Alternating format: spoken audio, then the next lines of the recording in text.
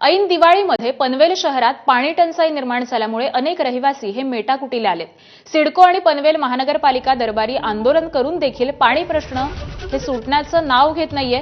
लोकांना पाणी मिळत नसल्यामुळे पनवेल महापालिका हद्दीमध्ये कोणत्याही नवीन बांधकाम परवानगी देऊ नये अशी मागणीही पनवेलचे भाजप आमदार प्रशांत ठाकूर यांनी सिडको आणि महानगरपालिकेकडे केली।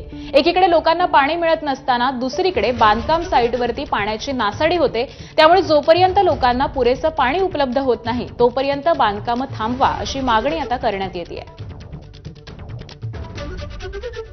आता या सगळ्या वसाहतींमध्ये कुठे सिडको नवी मुंबई महापालिकेकडून पाणी घेतं, कुठे एमजेपी कडून पाणी घेतं, खारघर सारख्या परिसरामध्ये ते सिडकोचं स्वतःचं हेटवणे धरणाचं पाणी घेतंय आणि प्लस नवी मुंबई महापालिकेचं पाणी घेतंय। तळोजा परिसरामध्ये सिडको MIDC कडून पाणी घेतंय। या सगळ्या ठिकाणी पाण्याचा तुटवडा आहे हे वेळोवेळी लक्षात आले।